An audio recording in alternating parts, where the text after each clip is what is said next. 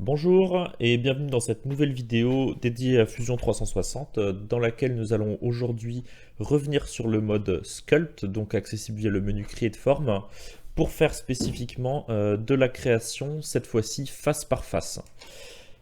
Je vais vous montrer à quoi ça correspond, ce qu'on peut obtenir avec, et je vous indiquerai également un lien vers un très bon tuto de la chaîne officielle Autodesk qui, si vous n'avez pas peur de l'anglais, vous montrera comment refaire le logo de Fusion 360 grâce à cette technique.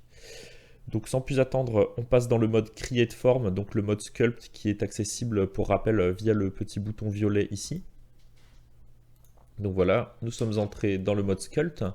Et ce qui va nous intéresser, on a déjà vu dans une des vidéos précédentes comment travailler à partir de formes préconstruites, box, plane, cylindre, etc.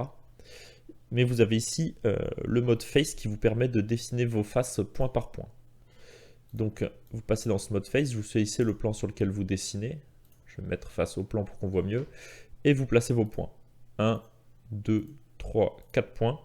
Puisque comme indiqué ici, on fonctionne en mode carré. En mode carré, pardon. Il est également possible de faire des triangles si on le souhaite. 1, 2, 3, en revenant sur le quatrième point comme ici. Donc vous pouvez créer des faces comme ceci successivement. Vous avez différents modes de création, donc je reste sur des faces carrées pour plus de simplicité, hein, donc je ne vais pas explorer l'option multiple ici. Vous pouvez prendre le mode Edge qui vous permet de partir d'un Edge existant et de placer ensuite plus que 2 points, ça permet d'aller beaucoup plus vite, voilà, comme pour enchaîner comme ça. Et le mode Chain que j'ai tendance à utiliser un peu moins, qui va, vous voyez, systématiquement repartir comme ça. Enfin, je le trouve assez incontrôlable personnellement. J'ai un peu de mal à m'en servir. Donc vous voyez que j'ai arrêté la construction et automatiquement Fusion va venir lisser les contours. Comme on est dans le mode Sculpt, il va fonctionner comme ça. Il va venir lisser les contours de ma forme. À partir de là, j'ai un objet que je peux manipuler point par point. Je vais venir ici, par exemple, sélectionner toutes ces lignes-là et avec l'outil Insert Edge, je vais rajouter un edge supplémentaire. Je pourrais, via le Edit Form, sélectionner certaines. Alors, je vais pas y arriver, c'est pas ce que je voulais faire. Hop, donc Edit Form, sélectionner certains de ces edges, par exemple, me mettre en vue de côté, les remonter, et voilà. Et ça me permet de créer une forme. On peut jouer avec les outils Crease, Uncrease que l'on avait vu la dernière fois dans la vidéo. Voilà. Par exemple, je vais crease toutes les lignes qui étaient au-dessus. Et voilà, je crée librement en construisant face par face. Alors vous allez me dire, bon, c'est bien joli, mais qu'est-ce que ça peut nous permettre de faire? On va prendre un exemple un petit peu plus compliqué. Donc je vais fermer ce sketch. Vous voyez ici, j'ai créé d'avance un petit sketch à l'aide de quelques courbes et quelques traits. On va pouvoir se servir de ce sketch pour dessiner nos faces. Ça peut être utile, par exemple, si vous voulez reproduire un logo en relief, comme l'exemple du logo de Fusion 360. Donc je passe en mode Create Form. Je passe en mode Create Face. Je choisis le plan sur lequel je dessine. Et vous voyez que je vais pouvoir, comme d'habitude, me servir des lignes de mon sketch pour placer mes points de façon plus précise. Je vais commencer par exemple par dessiner toutes les faces qui vont composer cette section-là. Je vais commencer par une première face qui va être triangulaire ici à l'extrémité. Et ensuite, je vais passer en mode Edge pour créer successivement des faces qui vont venir tout le long de ma forme. Alors vous pouvez en placer moins, mais vous aurez une courbure moins régulière. Je vais aller un peu plus vite par exemple pour la suite. Donc là, c'est vraiment quelque chose d'expérimental. J'essaye pas de reproduire une forme existante, c'est quelque chose d'assez aléatoire que je crée juste pour le tuto pour vous montrer. Quand je fais OK, vous voyez que les edges extérieurs ont été crises par fusion et elles viennent suivre plus ou moins mon sketch. Alors je pourrais maintenant utiliser Edit Form pour venir retoucher. Alors par exemple, je vais sélectionner un vertex ici, le redéplacer comme ceci. Voilà, pour venir suivre ma courbe.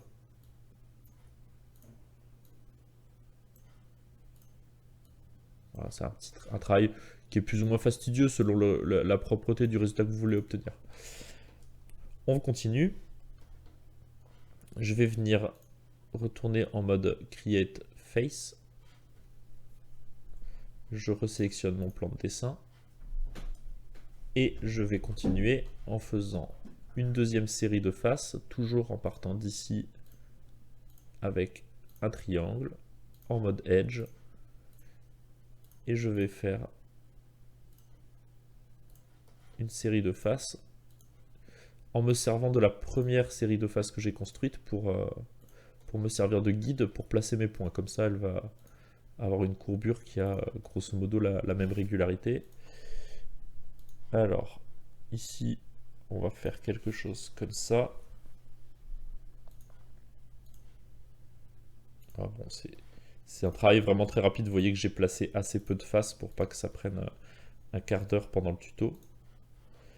Voilà. Grosso modo, on a ça. Et là, vous vous apercevez que Fusion n'a pas arrondi mes faces. Donc il y a un problème quelque part. Plutôt que de chercher ce qui pose problème, ça a l'air d'être sûrement à la pointe là-bas. Vous allez dans Utilities, Repair Body, vous choisissez ici et vous faites Auto Repair. Et normalement, Fusion devrait plutôt pas mal corriger le problème. Pour l'instant, sur tous les cas sur lesquels j'ai eu à travailler, il m'a fait le travail assez bien. Une petite modification que je vais lui demander, c'est de venir crease toute cette ligne intérieure ici pour la garder telle que je l'avais dessinée. Donc crease, je double-clique ici et voilà. Vous voyez elle est venue reprendre sa position initiale de façon fixe. Je repars sur mon dessin de face. Je vais venir ici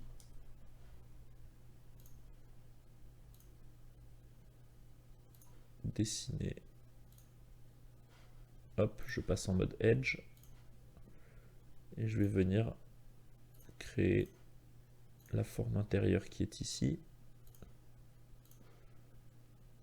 Hop. Hop.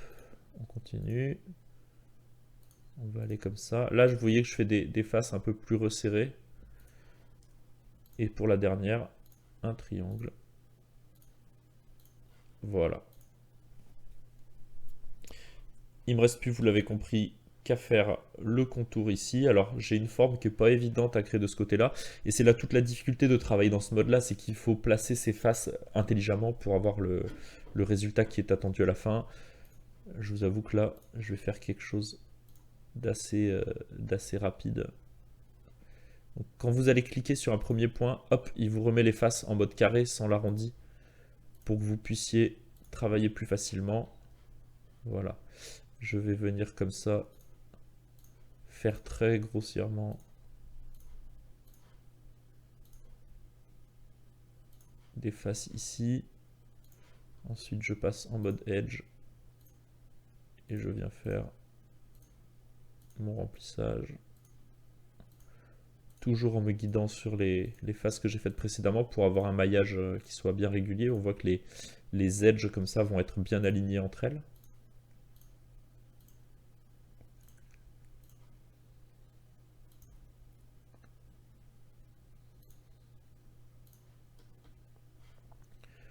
Hop, même chose de l'autre côté, comme ça je m'occuperai du remplissage à la fin. Hop, on continue. Alors bon là, c'est pas la partie la plus passionnante du tuto à regarder, hein. Vous voyez que c'est un travail qui est quand même assez répétitif. Hop, voilà, on est ici. Comment je pourrais finir ça?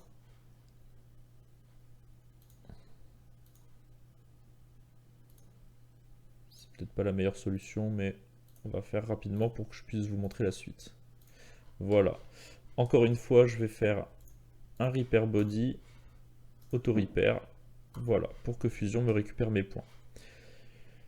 Je vais venir crease manuellement toutes les lignes qui me servent, qui étaient présentes sur mon sketch, donc qui seront les reliefs que je veux créer plus tard. Donc j'ai ici cette ligne-là et toute la série d'edge qui est ici. Donc modify crease, en commençant par celle-ci. Vous voyez qu'au fur et à mesure que je les sélectionne, ça se met en place.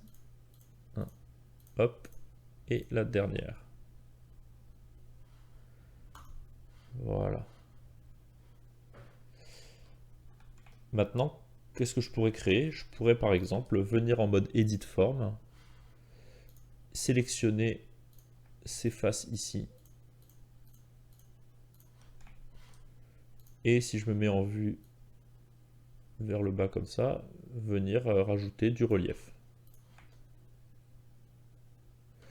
De la même façon, je vais prendre en mode Edge cette série ici et la tirer en hauteur.